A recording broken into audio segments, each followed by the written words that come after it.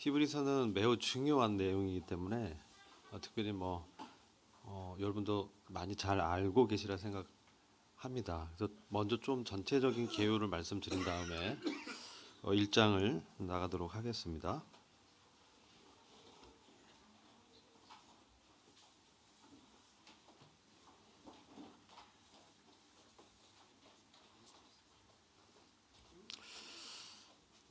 네, 보이시죠?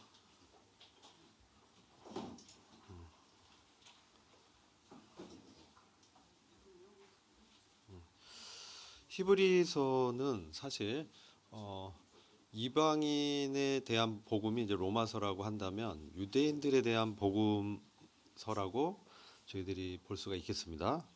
그래서 이 히브리서 내용 자체에 성전과 그 제사 예식이 있기 때문에 아직 그 AD 70년 이스라엘 그 예루살렘 성전이 회파되기 이전이라고 좀 분별이 되고요. 그래서 AD 한 60년대로 추정이 됩니다. 그래서 기록한 사람은 명시는 안 됐지만 사도 바울이 좀 유력시 됩니다. 물론 바나바다, 아볼로다 여러 의견이 있지만 저는 좀 바울이 좀 더 맞지 않나 그렇게 생각을 하고 있고요. 그리고 이 기록의 배경을 보면 당시 이제 유대교에 있던 유대인들이 기독교로 개종한 이후에 엄청난 핍박이 왔던 것이죠. 그래서 그 핍박을 피하기 위해서 다시 유대교로 돌아가는 일들이 있었습니다. 그래서 그런 이제 영적인 위기에 있었기 때문에 특별히 유대인 배경을 갖고 있는 기독교인들에 대해서 이 히브리서가 쓰여졌습니다. 그래서 히브리서의 특징은 구약 성경에 제사라든지 어떤 직분이라든지 또 선지자라든지 이런 사람들과 그리스도를 비교하면서 우리 그리스도가 얼마나 탁월한 분이신지를 나타내고 있습니다. 전체적인 히브리서의 내용이고요. 주제는 여러 가지 있겠지만 특별히 탁월하신 그리스도와 동일시되는 믿음, 연합의 믿음으로 그리스도인의 완전한 데 나아가자, 믿음의 성숙한 데로 나아가자. 이 말씀을 하고자 하는 것이 아닌가 이렇게 보고 있습니다. 히브리서 6장 2절을 보면은 침례들과 안수와 죽은 자의 부활과 영원한 심판에 관한 교훈의 터를 다시 닦지 말고 완전한 데 나아갈지니라. 이 완전은 영어로는 이제 퍼펙트하다 이런 뜻인데요. 이것은 영적인 성숙을 말하는 거예요. 영적 성장을 통해서 그리스도의 충만함에 장성한 분량까지 이르는 그것을 목표로 우리가 나가야 된다 이렇게 말씀하고 있고요. 지금 히브리서 5장 12에서 14절 보시면 당시 이 수신인인 사람들의 영적인 상태를 기록돼 있죠. 때가 오래므로 이제 믿은 지 오래된 그런 사람인데 너희가 마땅히 선생이 될 테니 이제 가르치고 우리 양육하고 돌보는 그런 입장이 돼야 되는데 그렇지 못한 상태가 되어 있는 상황이죠. 너희가 다시 하나님 말씀의 초보가 무엇인지 누구에게 가르침을 받아야 할 것이니 젖이나 먹고 단단한 식물을 못 먹을 자가 되었도다. 대저 젖을 먹는 자는 자마다 어린아이니 지금 젖을 먹는 즉 이게 어떤 거냐면 누군가 그 부모의 도움을 받아야 양식을 취할 수 있는 그런 상태라는 거예요. 우리가 믿은 지 오래돼도 이제 누군가 영적인 어떤 공급을 해줘야 신앙생활 할 수 있는 그런 상태가 있죠. 근데 사실은 연수가 되거나 이렇게 되면은 주님을 경험하고 또 이제 마땅히 책임지는 어떤 일들을 해야 되는데 그렇지 못한 사람은 이제 젖을 먹는 자다 이렇게 표현하고 있습니다. 이런 영적인 어린아이인데 아직 의의 말씀을 경험하지 못한 자요. 단단한 식물은 장성한 자의 것이니 저희는 지각을 사용함으로 연단을 받아 선악을 분별하는 자들이니라 이렇게 말씀하죠. 의의 말씀을 경험하지 못했다. 즉 바로 그리스도와 동행하는 삶, 그리스도를 통해서 사는 삶, 그분과 함께 동행하면서 그분의 말씀에 따라서 사는 것이죠. 우리가 말씀을 경험하려면 어떻게 됩니까? 말씀을 들어야 되죠. 그리고 의의 말씀이라는 것은 어떤 거겠습니까? 바로 우리가 그리스도를 통해서 이미 하나님의 의를 받은 사람으로서 또 그런 은혜를 받은 자라는 것이죠. 은혜를 받았다. 그래서 그 말씀의 기초가 바로 하나님의 은혜에 기초한 의라는 것이죠. 그것을 경험을 하고 우리가 잘할 수 있다는 거예요. 우리가 이제 이 히브리서 전체 이렇게 내용을 보면요, 유대교라는 종교의 어떤 외적으로 좋아 보이는 것들이 있습니다. 어떤 화려한 예식, 그럴싸한 어떤 규례, 그리고 누가 보더라도 그 장엄함에 이제 압도당하는 그러한 어떤 종교 규례라든지 틀이 있습니다. 제가 이제 청년 시절에 여러 그 교파들을 방문했습니다. 경험상 카톨릭에 가봤습니다. 갔더니 정말 그 미사를 드리는데요, 너무 이제 웅장한 거예요. 엄숙하면서 이 절도 있게 그 신부님의 어떤 그 인도에 따라서 그 신도들이 일어났다 앉았다 하면서 예식을 쫙 하는 거예요. 정말 이렇게 압도당하더라고요. 그러면서 제가 말씀도 딱 들었는데 굉장히 경건하고 거룩한 말씀들을 이제 하시고 그런 것들이 이제 기억이 납니다. 근데 정말 중요한 것은 바로 그리스도의 십자가, 바로 그 구속을 기초한 그 하나님의 의를 받은 우리가 이제 이 말씀을 직접 경험하는 그 수준으로 이제 성장해야 된다는 것이죠. 그래서 우리가 날마다 하나님의 은혜가 필요한 자죠. 은혜가 필요하지 않는 사람이 없습니다. 그래서 하나님의 은혜의 기초에서 오늘도 우리가 부활의 아침을 맞은 것이죠. 그렇죠? 이 새로운 날은 사실 우리가 항상 부활의 아침인 것 같습니다. 우리가 그 내일을 알 수 없어요. 그래서 일어날 때마다 주님께서 오늘도 생명을 주시고 시작하게 하시는구나. 그래서 우리가 의의 말씀을 경험하려면 우리가 낮아져야 돼요. 우리가 하나님의 은혜가 필요한 사람이라는 것을 항상 인식해야 됩니다. 그래서 항상 감사하는 마음이 일어나는 것이죠. 그래서 그렇게 됐을 때 항상 감사가 넘치면서 그것을 이제 경험하는 것이죠. 그렇게 됐을 때 단단한 식물은 뭐냐면 이제 나를 부인하면서 나의 욕구는 옛사람 욕구가 있지만 그것을 부인하고 남을 이렇게 돕고 교회의 어떤 일을 위해서 기도하고 전도할 마음이 생기고 그렇죠? 또 사회에 나가서는 어떻습니까? 주님의 마음으로 이제 우리 만나는 사람들 대해야 되겠다. 이런 생각들이 이제 성숙한 사람의 생각이겠죠. 근데 그것을 하려면 단단하죠. 그래서 그런 말씀을 이제 씹어서 자기가 먹어서 마치 고기와 같이 단단한, 그래서 그런 말씀을 자기를 부인하는 말씀이죠. 결국 옛사람을 부인하고 새사람을 사는 그런 말씀을 이제 취하면서 이제 몸을 드리는 헌신의 어떤 성장하는 단계로 들어가는 것입니다. 저희는 지각을 사용하는 것이죠. 저희가 분별하는 거죠. 성령님이 주시는 그 분별력이 있습니다. 지혜와 계시의 영을 통해서 이제 이것은 나의 욕구구나, 옛사람의 욕구구나, 이것이 이제 분별이 되는 것이죠. 이것은 주님께서 원하시는 일이구나. 그래서 주님이 원하시는 그것이 이제 선이죠, 선. 그것을 이제 분별하면서 행하는 그런 수준을 말씀하죠. 그래서 에베소 4장 13절 15절 보면 우리가 다 하나님의 아들을 믿는 것과 아는 일에 하나가 되어 온전한 사람을 이루어 그리스도의 장성한 분량이 충만한 데까지 이르리니, 혹은 그리스도의 충만함이 장성한 분량에 이르기까지, 이렇게 또 번역하는 데도 있습니다. 이는 우리가 이제부터 어린아이가 되지 아니하여 사람의 괴술과 간사한 유혹에 빠져 모든 교훈의 풍조에 밀려 유동치 않게 하려 합니다. 우리가 이 말씀을 함께 나누는 이유는요, 이 나눌 때요 우리가 뭡니까? 하나님의 어떤 교회 가운데서 영적으로 이 공유될 이 말씀이 같이 이렇게 나눠지는 거예요. 그러면서 사람의 어떤 가르침들, 또 간사한 유혹이 있습니다. 이 세상에 어떤 유혹들이 있어요. 그리고 교묘하게 이 교회에 이렇게 침투된 그러한 잘못된 가르침들이 있습니다.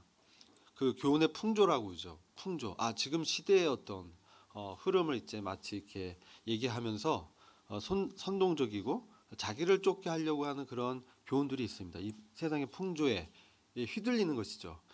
우리는 바로 그리스도 안에 믿음을 기초를 두기 때문에 그 요동치 않고 굳건한 믿음으로 우리가 이제 주님을 이렇게 섬기는 그런 장성한 분량이 바로 우리의 목표다. 오직 사랑 안에서 참된 것을 하여 범사에 그에까지 자랄지라. 그는 머리 곧 그리스도라. 그러니까 신앙의 목표는 사실은 그리스도예요. 그리스도의 성품이 우리의 삶에서 경험되는 거예요. 내가 막 노력해서 내 그리스도 닮아야지 이런 것도 중요하지만 실질적으로는 내 안에 오신 주님 되신 그리스도와의 교통과 교제를 통해서 그분으로부터 힘을 얻는 거죠. 말씀을 얻는 것이죠. 말씀이 우리의 생명이고 능력입니다. 그래서 그것을 통해서 이제 행동할 때, 그것을 통해서 우리가 분별하고 그것을 기초해서 우리가 두려워하지 말고 강하고 담대한 마음으로 이제 우리 신앙생활 할 수 있는 것이죠. 그분이 우리 머리 되신 그리스도다. 우리의 신앙의 모본이 되신 그 주님의 그 수준에까지 우리가 목표죠. 그 목표를 갖고 이제 주님 오실 때까지 가는 것입니다. 방법은 뭐냐? 근데 이게 불가능할 것 같아요. 그죠? 우리의 어떤 노력과 애씀으로는 힘들어 보입니다. 그리고 어떤 세상의 어떤 방법이 되는 거 아닙니다. 이것은 이 방법조차도 구원을 우리를 얻게 하신 구원의 선물을 주신 분도 그리스도고요. 우리가 성화의 구원을 이루는 것도 바로 그리스도의 대제사장직에 근거하고 있습니다. 히브리서는 그것을 말씀하고 있어요. 우리가 어떻게 이 완전하게 보이는 그런 성숙된 수준까지 잘할 것인가? 정말 우리를 봤을 때는 불가능하게 보이고 불가능해요. 실제로 우리가 한다면. 근데 주님이 하신다면 그것이 그 근처까지 이제 자라가는 것이죠. 그래서 우리가 점진적인 어떤 믿음의 성장, 이것은 바로 우리 안에서 역사하는 바로 대제사장 되시는 그리스도. 이분은 하늘에 계시지만 하늘에서 위엄의 보좌 우편에 앉아 계시지만 지금도 은혜의 보좌를 베푸시고 우리 안에 심령 가운데 오셔서 성령을 통해서 날마다 우리와 말씀을 나누는 것이죠. 그래서 이것은 구원 이후에 성화를 이루게 하고요. 또 우리의 몸의 구속, 또 영광스러운 구원까지 우리를 인도하는 그런 분이 바로 주님이고 주님의 영이시고 주님이 그 제사장직을 하고 계시는 것이다. 그리고 이것은 하늘의 지성소가 우리 마음에 이루어지는 경험입니다. 그러니까 구약 시대는 막 성소가 밖에 있었잖아요. 그죠? 성전에 가서 예배드리고 제사드리고 했는데 지금의 성전은 어디입니까? 우리가 바로 그리스도의 영의 성전이죠. 이 안에 주님이 오셨고 바로 그 주님을 만나는 그 내밀한 교제의 장소가 지성소입니다. 그래서 바로 우리는 이 지성소, 우리의 심령 가운데 오신 그리스도와 교제를 통해서 더 깊이 주님의 말씀을 배우고 또 그것에 따라 실행하면서 자라는 것이죠. 왜 공부하냐? 이 공부의 목적, 그것은 이 영광스러운 주님의 대제사장직이 어떠한 것을 우리가 살펴보면서 우리가 삶에 적용하기 위해서 하는 거예요. 그래서 어떻게 우리가 그리스도와 연합된 삶을 실제 이 땅에서 실행해 나가는가, 이게 중요하잖아요, 그죠? 그래서 그것을 우리가 이제 히브리서를 통해서 실질적으로 배우는, 그리고 우리 삶에 적용하는 그런 목적입니다. 그래서 신약과 구약을 연결하는 것은 어떤 의미냐면, 이 구약의 제사나 이건 모형이죠. 누구에 대한 모형이냐? 우리 주님에 대한 모형입니다. 신약은 실체죠. 그리스도가 오셨기 때문에 이것이 연결되는 것이죠. 그래서 통합적으로 성경을 이해하면서 구약 성경의 배경에서 신약을 이제 해석해내는 그것이 히브리서의 어떤 묘미이기도 합니다. 그리고 그러니까 유대인들은요, 이 내용을 정말 믿는 마음 보면 너무나 감동이 되는 거예요. 왜냐하면 자기네들이 실제 했던 그러한 그 이전의 그 전통이나 이런 것들이 있었잖아요. 근데 그 실체가 바로 주님이라는 것을 알게 됐을 때 얼마나 감동이 되겠어요? 그래서 이것은 그리스도의 삶에 인해서 우리에게 인내가 왜 필요한지 이것도 우리가 배우게 되고요. 영적 전쟁 그리고 고난을 통과하는 그러한 실질적인 믿음을 우리가 배우게 된다. 시대적 배경은 이제 말씀드렸죠. 유대교로 다시 회귀하려는 유혹과 핍박이 있었다. 이것을 통해서 마치 구원을 어떤 노력으로 이루어 보려는 종교 예식화하는 율법주의적인 가르침이 들어왔을 때 우리가 이것을 대처해야 된다는 거죠. 오늘날도 동일하게 이러한 가르침들이 있습니다. 그래서 여기에 대해서 우리가 정말 물질주의, 세속주의 시대에서 순례자적인 삶을 살아가는 그것이 우리가 교훈을 받아야 된다. 여러 다른 교훈들이 많아요. 근데 우리는 이런 다른 교훈에 이끌리면 안 되죠. 그래서 우리 마음은 히브리서 13장 8에서 9절 보면 은혜로 굳게 함이 아름답다. 어떤 우리 행위가 아닙니다. 우리 마음이 굳어지고 우리 마음이 힘을 얻는 것은 하나님의 은혜의 방편으로서만이 이 마음이 굳어지는 것, 흔들리지 않는 것이에요. 내 행위에 기초하면 이건 언제든지 흔들립니다. 또 사람의 말에 기초하면요 넘어집니다. 그리고 어떤 식물이 아닙니다. 이건 바로 우리 안에 성령을 통한 말씀, 그것이 중요하다는 것이죠. 그래서 우리가 완전한 회복과 이 성숙의 단계로 나아간다. 그래서 서로 격려하면서 교제하는 그 내용은 1장은 메시아의 위격에 속한 신성한 영광의 어떠함을 보여주고 있고 2장의 1의 4절은 말씀의 권위에 대해서, 말씀을 듣지 않았을 때 유대인들이 이렇게 종교화됐거든요. 그래서 말씀에 귀 기울여야 됩니다.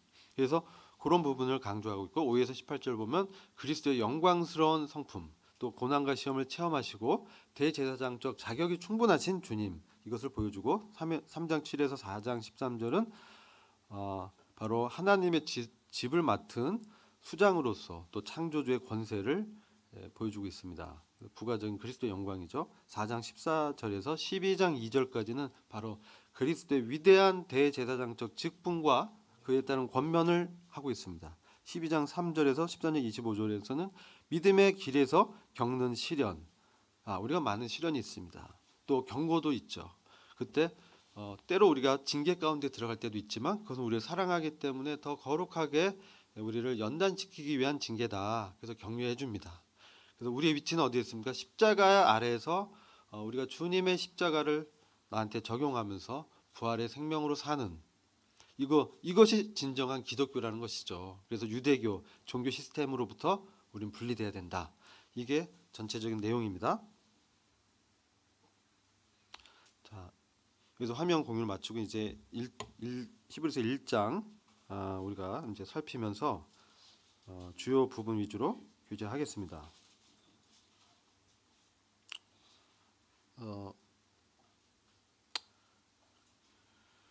저는 이제 1장 내용을 이렇게 보면서요. 정말 중요한 것은 오늘날에도 이런 유혹이 있습니다. 그러니까 우리가 주님을 믿어도 여러 다른 교훈들 또 가르침들로 인해서 오늘 막 유튜브도 많고 그렇죠? 매스미디어도 많고 여러 이제 지식과 정보가 넘쳐나는 이 시대에 정말 중요한 것은 뭐냐면요. 바로 회중 가운데 증거된 말씀과 교제된 말씀이 성령을 통해서 내 안에서 그것이 경험되고 체득되고 깨달아지는 거예요. 이게 생명입니다. 이게 아니면 우리 삶을 변화시킬 수 없습니다. 그래서 우리는 정말 이 종교 시스템과 정말 성령의 어떤 인도함 가운데 경험되어진 신앙이 어떤지를 히브리서를 통해서 우리가 배워야 됩니다. 지나간 때는 하나님께서 선지자들의 이런 대언을 통해서 여러 기적과 모양을 통해서 말씀해 오셨습니다. 여러분 구약 성경이나 신약의 복음서를 보면 정말 선지자들이 기적과 어떤 표적들을 많이 이행했어요. 왜냐하면 그것은 밖에 계신 하나님이잖아요. 아직 하나님이 우리 안에 오시지 않았기 때문에 이것이 하나님이 함께 하심을 증거하기 위해서 그러한 이적과 표적과 외적인 그런 것들이 중요했던 때입니다. 근데 이제 오늘날에는 뭡니까? 이 마지막 때, 주님이 오신 때부터 마지막이라고 합니다. 정말 마지막의 마지막 때 우리가 살고 있는데요. 정말 아들이신 예수 그리스도 오셔서 우리를 하나님의 아들로 변화시켜 나가는 이것을 우리한테 말씀하고 있는 거예요. 그전에는 밖에서 들렸던 말씀이라면 지금 안에서 성령의 그 감동과 깨달음을 통해서 이 안에서 조명되는 말씀이라는 거예요. 근데 이것은 어떻게 작용하냐면 밖에서 들어와요. 밖에서. 그래서 우리가 이 성경의 말씀을 같이 나누고 상고하는 게 매우 중요하죠. 왜? 말씀이 들어오는 통로이기 때문에. 그래서 이게 들어왔을 때 이제 아들이 어떤 분이다. 그래서 아들을 조명해 주는 거죠. 아들. 우리는 그리스도에 집중해야 돼요. 다른 게 아니에요. 그리스도가 어떤 분인지 그분의 성품과 그분의 위대하심과 그분의 영광에 주목할 때 우리가 변화되는 거예요. 그래서 보면 아들을 만유의 후사로 세우셨다. 만물을 유업으로 주시는 그 약속이 우리한테 있어요. 근데 그것은 그리스도 안에 있을 때, 그리스도와 연합된 믿음으로 우리가 살 때 그것이 우리한테 영광스러운 기업으로 주어지는 것이죠. 참으로 이 복된 말씀이죠. 또 저로 말미암아 모든 세계를 지으셨다. 아들이시지만 이분은 창조주이시다 이거죠. 우리 주님은 창조주 하나님의 본체시다. 그런 선지자나 이런 그들과 비교할 바가 아니다. 하나님의 본체시다. 그러면서 말씀하는 게 이는 하나님의 영광의 광채다. 영광을 우리가 찾잖아요. 근데 정말 영광의 실체는 어디 있어요? 그리스도 안에 있다는 거예요. 다른 데 없다. 그리스도 안에 있는 것이 영광이다. 그것이 영광의 실체다. 주님이 바로 하나님의 형상을 비춰주고 있기 때문에 하나님이 영광의 실체시잖아요. 나머지가 반사되는 거거든요. 그렇기 때문에 실체 대신 그리스도, 그분이 하나님을 조명해 줄 때 우리가 그 영광에 직면하는 것이죠. 그 영광은 우리가 이렇게 높아지는 영광도 있지만 우리 주님은 십자가에서 그분의 긍휼의 풍성하심을 통해서 하나님의 은혜의 영광을 보여주셨다는 것이죠. 그분의 능력의 말씀으로 또는 그분의 능력의 말씀으로, 이 참 번역이 저는 이렇게 보게 되면서 또 그분의 능력은 또한 말씀이에요. 말씀으로 창조하시고 말씀으로 우리를 회복시키시고 말씀으로 생명을 주시고 말씀으로 살아가게 하시고, 다른 말로는 우리가 영혼의 위로와 힘을 얻을 수 없잖아요. 하나님의 그 성령을 통한 말씀, 그것만이 우리에게 능력이 됩니다. 그리고 죄를 깨끗게 하셨다. 아무도 이 일을 할 수 없었어요. 그렇죠? 아무리 내가 수련해보고 내가 막 정신통일해보고 해도 우리가 정결해집니까?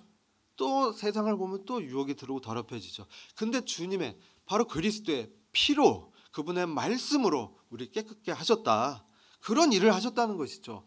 누구도 못하는 일, 오직 하나님만이 하시는 일을 아들 그리스도께서 하셨다.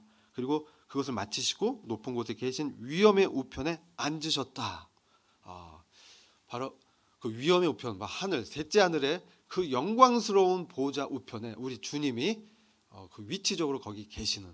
근데 놀라운 거는 우리와 함께 하시는 우리의 신분적 위치는 어디입니까? 바로 이 하늘의 위엄의 우편에 주님과 함께 있는 그러한 아들의 신분을 주셨다는 거죠. 이게 바로 구약과 신약의 결정적인 차이죠. 그 아들이 밖에 있지 않으시고 이제 우리 안에 오셨다. 그래서 우리는 그분께 집중해야 된다는 겁니다. 그분의 위대함은 천사보다 뛰어났다. 유대인들은요, 천사를 통해서 여러 기적들을 보고요, 여러 이제 소식도 전달받고 했기 때문에 천사들에 대한 약간의 존경심 또 경외감들이 있었던 것 같아요. 그래서 천사 숭배 사상도 있었던 것 같아요. 그래서 천사 앞에 막 절하고 막 그런 것도 이제 보게 되는데요. 천사는 부리는 영이다. 구원을 상속으로 얻을 자들을 위해서 섬기는 영으로 하나님께서 그런 포지션 주신 것이지 이 아들의 포지션이 아니다. 그러니까 천사는 종이라는 얘기죠. 종. 아들은 뭡니까? 왕자라는 것이죠. 우리가 그런 아들로 그런 신분을 주님 주셨다는 것이죠. 그래서 5절 이하를 보면 어느 때에 천사 중 누구에게 너는 내 아들이야 이렇게 말한 적이 없었다는 거예요. 그 뛰어났던 루시퍼, 덮는 그룹의 수장이었던 루시퍼도 구약 성경 보면 자기의 영광에 그냥 도취돼서 교만해지잖아요. 난 너무 영광스러워, 나는 너무 아름다워, 나는 보석으로 치장했어, 막 이러다가 이제 정말 하나님의 그 권위에 도전했죠. 어떻게 됐습니까? 쫓겨났죠. 이게 정말 근본적인 게 교만이 죄입니다. 그래서 정말 이 자리에 스스로 자존하시는, 스스로 존재할 수 있는 창조주만이 그러한 위치에 있을 수 있는데요. 놀랍게도 인간이 창조주의 그 성품과 형상을 담을 수 있도록 하나님 창조하셨고, 그 창조주 하나님의 영이 말씀을 우리 안에 왔을 때 우리가 바로 하나님의 아들의 위치로 올라간다는 거예요. 이게 복음이죠. 죄를 벗어날 뿐만 아니라 그러한 위치에서 하나님의 아들의 생명으로 살아갈 수 있게 하셨다. 자, 그래서 우리가 하나님의 생명으로 나아진, 거듭난 자라는 것이죠. 그래서 우리가 언제든 아버지께 말씀하고요. 또 아버지는 너는 내 아들이야. 그러니까 우리의 아버지는 얼마나 위대한 아버지이십니까? 그분께 우리가 가서 우리의 사정과 우리의 형편을 말하지 않아도 아세요. 그래서 아버지 이렇게 하면 아세요. 그러면서 주님이 아빠 아버지라고 우리 하나님을 부르셨잖아요. 우리도 그 동등한 그런 위치에 주님이 은혜로 있게 하셨다. 이렇게 되고요. 근데 천사들에 대해서 쭉 설명합니다. 천사들은 불인 종이고 사역자들을 섬기는 그러한 위치에 있다. 그래서 천사와 아들의 위치를 이렇게 비교하는데 핵심적인 것이 이제 8절이에요. 뭐냐면 이 아들은 다른 어떤 것보다 바로 왕권을 상속받는 위치에 있다는 거예요. 우리가 왕권. 그래서 하나님께서는 지금도 하나님의 왕국을 이 땅에서 회복시키기 위해서 역사하시거든요. 이게 복음서의 대주제예요. 근데 하나님의 왕국의 왕권을 누구에게 주시냐면 그리스도께 지금 주신 건데 우리는 그리스도에 붙어있는 연합된 자기 때문에 그 왕권의 통치에 함께 참여하기 위해서 우리가 말씀을 배우는 거예요. 왜? 이 왕권은 어떻습니까? 의를 사랑하고 불법을 미워하는 그 하나님의 성품이 있는 그 통치자거든요. 그런 사람이 얻을 수 있는 권세예요. 근데 그리스도가 얻으셨고, 그럼 그리스도께서 통치하실 때, 그리스도가 행정하시고 다스리고 행사하실 때 우리가 그것에 동참하면서 주님의 그 심판은 참되십니다. 주님은 의로우십니다. 주님은 영광받기에 충분하십니다. 이러한 예배를 같이 드리면서 그 하나님의 심판과 모든 통치에 참여할 자이기 때문에 우리가 이게 너무나 중요한 것이죠. 그래서 이제 보시면 즐거움의 기름으로 주에게 기름을 부었다. 이 성령으로 충만한 그것을 우리에게 상징적으로 보여주고 있습니다. 그래서 우리가 하나님의 아들로 살려면요 성령으로 주님처럼 충만해져야 돼요. 성령으로 충만한 쉽게 얘기하면 말씀으로 충만한 것이고요. 그리고 깨어 있는 것이죠. 주님을 의식하면서 항상 주님의 의식적으로 주님을 찾는 것이죠. 주님께 도움을 구하고 부르는 것이죠. 그때 주님께서 우리 안에 성령님으로 충만케 하시면서 우리에게 새로운 활력과 기쁨과 그런 생명력을 우리한테 공급하시는 겁니다. 우리가 이 힘으로 살아가는 거예요. 왜냐하면 육체는 점점 약해지거든요. 그렇기 때문에 우리의 영혼의 능력, 영혼 안에서 우리가 성령으로 우리 믿음이 세워지고 점점 소망이 밝아지고 그렇죠? 주님을 이제 사모하게 되는 주님의 재림을 기다리는 그런 신앙으로 갈 수 있는 것이죠. 그리고 10절 보면 이제 주여 이렇게 또 말씀하죠. 주여 주님에 대해서 어떤 일을 하셨는지 말씀하고 있습니다. 그래서 주님에 대해서 이제 말씀하시는데요. 태초에 주께서 땅에 기초를 두셨다. 근데 이 주님이 바로 우리 예수 그리스도도 바로 이 주님으로 하나님과 함께 창조 역사에 동참하셨잖아요. 하늘도 주의 손으로 지으셨고 땅의 기초도 두셨다. 근데 참 영원할 것 같은 이 땅과 하늘이 영원치 않는 거예요. 그래서 새하늘과 새 땅에서는 옛 땅과 옛 하늘이 다 없어지고 새 땅과 새 하늘이 이렇게 등장하거든요. 근데도 하나님은 그보다 더 영원한 분이라는 것이죠. 우리가 보여지는 세상은 유한하지만 하나님은 정말 영원한 분이시고 하나님의 생명이 아들 안에서 우리한테 이 생명이 심겨진 거예요. 그래서 우리 안에 말씀이 심겨졌죠. 성령이 또 그 깨닫게 하죠. 그래서 우리는 하나님의 아들인 거예요. 그것이 참 중요합니다. 그래서 다른 것들은 다 멸망하지만 이것은 영원하는 것이죠. 우리가 부활의 근거는 뭡니까? 우리가 하나님의 아들의 영이 우리 안에 있기 때문에 우리가 그 몸에 구속돼 우리가 부활하는 거예요. 우리를 변화시키고 그래서 이 세상 것들은 다 옷과 같이 낡아지고 변하지만 주님은 여전하시다. 주님은 여상하시다. 변치 않는다. 주님은 변함없는 사랑으로 우리를 끝까지 위로하시고 우리를 지켜주신다. 주님은 우리를 안전하게 하신다. 주님은 자신의 백성을 절대 포기하지 않으시는 분이시죠. 그것을 우리가 보게 되고요.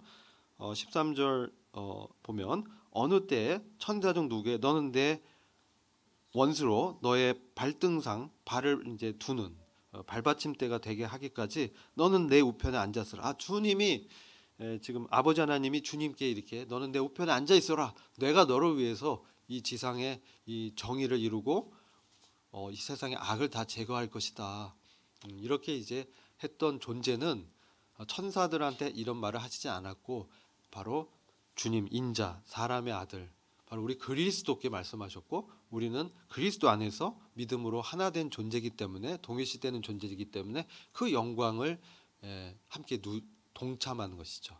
아들의 영광에 그런 것들을 이제 1장은 말씀하고 있습니다. 저와 여러분이 히브리서를 통해서 하나님 아들의 위대함, 탁월하심, 그분이 이제 우리 안에 오셨기 때문에 우리는 이제 정말 이전에 이 종교적인 체제와 시스템 이것으로 주님을 섬기고 사는 것이 아니라 우리 안에 계신 그 능력의 말씀, 성령님의 인도함에 우리가 함께 이제 보조를 맞추면서 날마다 이제 주님과 가까워지는 정말 복된 그러한 우리 영생의 날이 바로 우리의 날입니다. 이상으로 전체 개요와 1장 요약 말씀드렸고요. 이제 우리 영원 형제님이 문제 내용을 좀 풀어 주시겠습니다.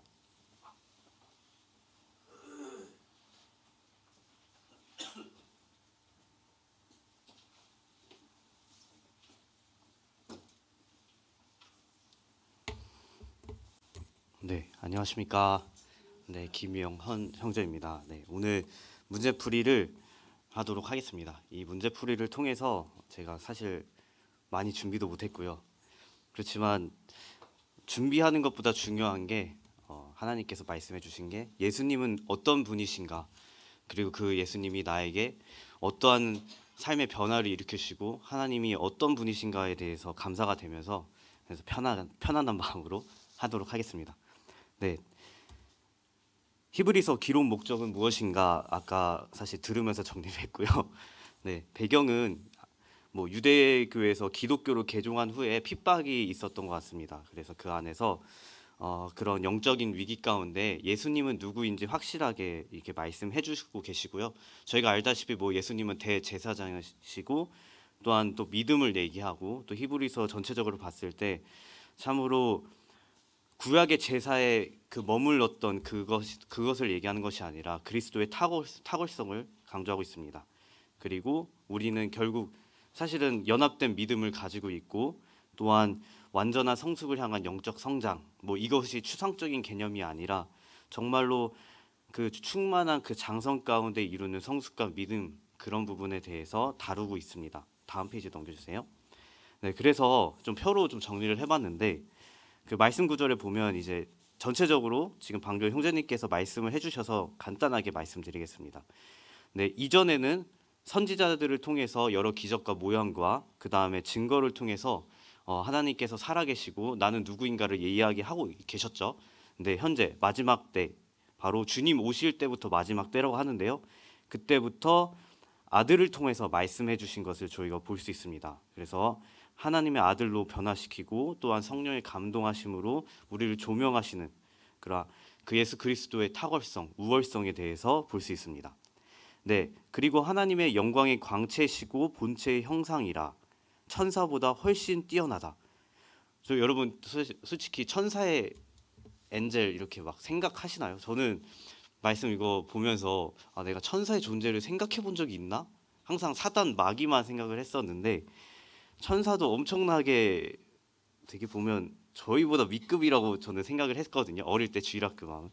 근데 하나님은 예수 그리스도는 천사보다 뛰어난 것을 볼 수 있습니다. 네. 그리고 하나님의 왕권에 대한 말씀도 나오는데요. 8절과 9절 보면 주의 보좌는 영영하며 주의 나라의 홀은 공평한 홀이다. 제가 그래서 공평한 홀이 무엇일까 좀 찾아보니까 이 왕권을 상징하는 지팡이라고 합니다. 그래서 예수 그리스도의 통치와 공의와 정의에 기반된 또 그것이 사실은 저희가 우리가 연합된 존재로서 통치권에 참여한다는 것을 저희가 계속 배우고 있는데 이것으로 말미암아 우리가 영원한 소망을 바라보도록 우리를 격려시켜 주시고 또한 우리가 고난 중에 있는 성도들에게 믿음을 회복시킬 것을 말씀하고 있습니다. 사실 저희가 하나님의 왕권, 하나님의 그런 킹덤을 저희가 꿈꿀 수 있는 것도 사실 하늘 소망이 있기 때문에 저희가 있는 것이고 이 땅에서 하나님 나라를 또 경험할 수 있는 것을 또 보게 됩니다. 네, 새 언약의 중요성에 대해서도 기록 목적에 나와 있는데요.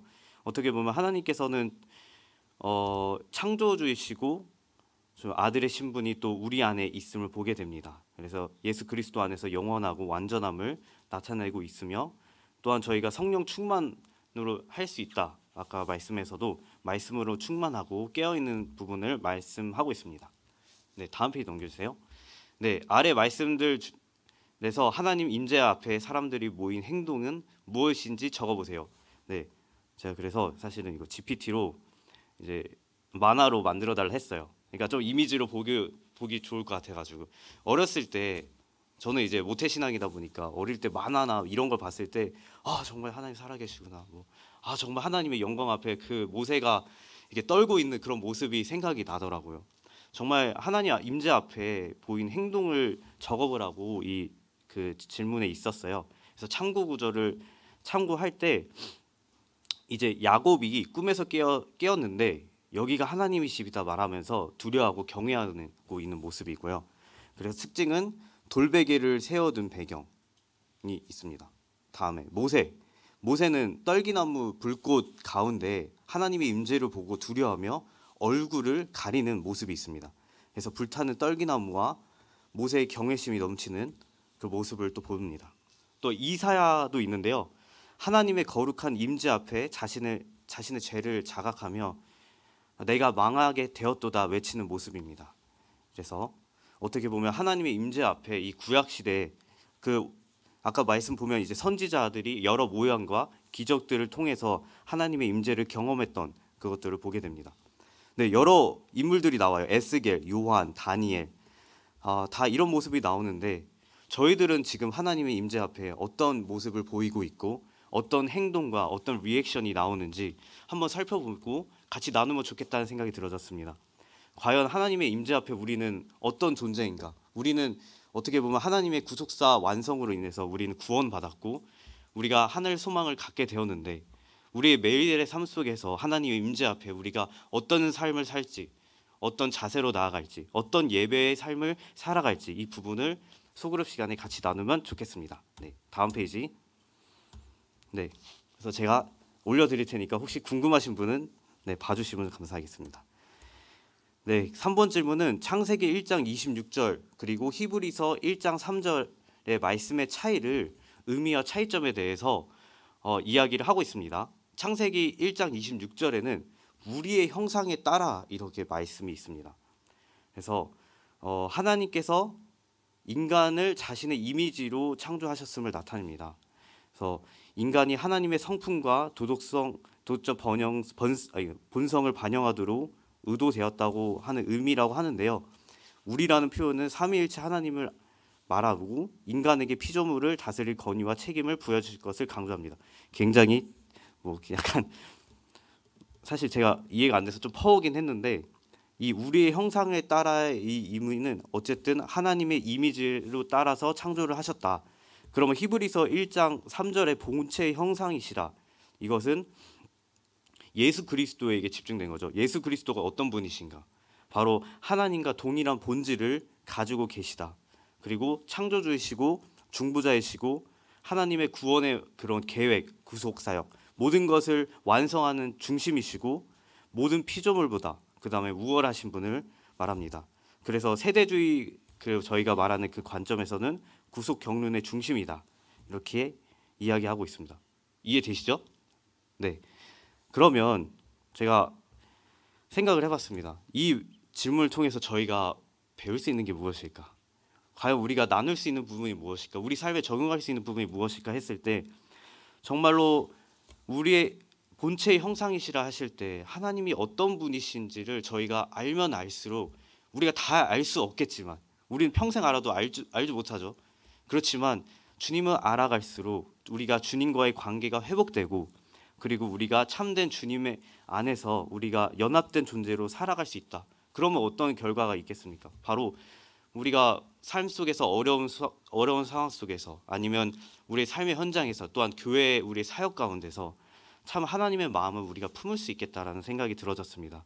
저는 개인적 적용으로 그래서 예수 그리스도를 알면 알수록 참으로 아름다우시고 우리가 말로 표현할 수 없는 그런 우리의 예배의 대상이다. 이렇게 생각이 들어졌습니다. 네, 4번 질문. 네, 1절에서 3절에서는 그리스도를 어떻게 표현하고 있는가? 세 가지입니다. 하나님의 아들로 표현되고 있고요. 그리고 만물의 창조자, 그리고 구속의 완성자로 이야기하고 있습니다. 네, 겹치는 내용에서 스킵을 하도록 하겠습니다. 네, 그리스도께서 천사보다 뛰어남을 네, 다음 페이지 넘겨주세요. 네, 천사보다 뛰어남을 어떻게 묘사하고 있는가? 네, 딱 확 보시면 보이시죠? 네, 그를 경외하고 있는 모습을 볼 수 있습니다. 다음 페이지 넘겨주세요. 네, 4절에서 5절 말씀을 보면 여기 보면 이제 천사보다 훨씬 뛰어남은 저희보다 더욱 아름다운 이름을 기업으로 얻으심이니 하나님께서 어느 때에 천사 중 너에게 너는 내 아들이라 오늘날 내가 너를 낳았도다 하셨으며 또 다시 나는 그에게 아버지가 되고 그는 내게 아들이 되리라 하셨느냐. 그리스도는 하나님의 아들이시며 천사보다 뛰어나신 분임을 묘사하고 있습니다. 계속 반복적으로 이야기하고 있는데 정말 그리스도는 하나님의 아들이시다. 놀라운 말씀입니다. 6절 하나님의 모든 천사들은 저에게 경배할지어다. 하나님은 천사들에게 그리스도를 경배하라고 명령하고 계십니다. 네, 다음 페이지요. 네, 8절과 9절 보면 이제 주의 보호자가 영영하며 주의 나라의 홀은 공평한 홀이니라. 주께서 의를 사랑하시고 불법을 미워하셨으니 그러므로 하나님 곧 주의 하나님이 주께 즐거움의 기름을 부어 주의 등률보다 뛰어나게 하셨고 보시면 이제 하나님 그리스도의 왕권을 영영하며 정의와 공의를 사랑하시는 분으로 저희가 묘사되고 있습니다. 10절 주여 태초에 주께서 땅에 기초를 두셨으며 하늘도 주의 손으로 지으신 바라. 네, 하나님께서 창조주이심을 저희가 창세기 말씀을 통해서도 볼 수 있는데 정말 이 히브리서 1장 10절 말씀을 통해서 창조주이심을 저희가 보게 됩니다. 11절, 12절 저희가 주께서 그것들을 옷처럼 말아버리시라. 그것들이 옷처럼 변할 것이나 주께서 여전하여 연대가 다함이 없으리로다. 그리스도는 변하지 않으시며 영원하신 분으로 또 말씀하고 있습니다.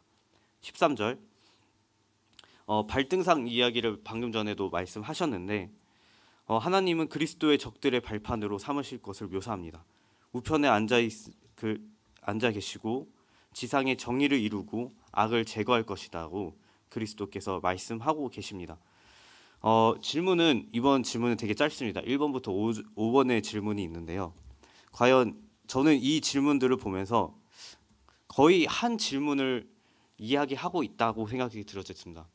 포괄적으로 봤을 때 그리스도는 어떤 분이신가? 지금 보면 이 히브리서는 아까 유대인들에게 예수님이 어떤 분이신지 유대인의 복음서라고 하고 있잖아요. 그러면 대한민국에 태어난 우리는 대한민국에서 어떻게 보면 예수 그리스도를 영접하고 우리가 함께 이 대학로의 교회에 모인 우리가 어떻게 예수님은 누구인가? 우리가 예수님을 어떻게 경배드릴 수 있을까? 우리가 어떻게 예수님께 나아갈까? 어떻게 연합된 존재로 살아갈 수 있을까? 이 부분이 우리 대학로 교회 이 시간을 통해서 하나님께서 말씀해 주시는 것이 아닐까라는 생각이 들어졌습니다. 왜냐하면 사실은 저희가 이게 유대인들에게 끝난 복음서라면 사실은 저희가 지금 믿는 것들이 무의미하지 않겠습니까? 하지만 하나님께서는 지금도 살아계시고 우리와 함께 역사하심을 보게 됩니다. 그래서 이 질문들을 제가 보니까 그 점심시간 이후에 이제 귀여운 형제님들, 자매님들이 또 나누시는 모습을 보니까 되게 아름다운 모습을 봤습니다.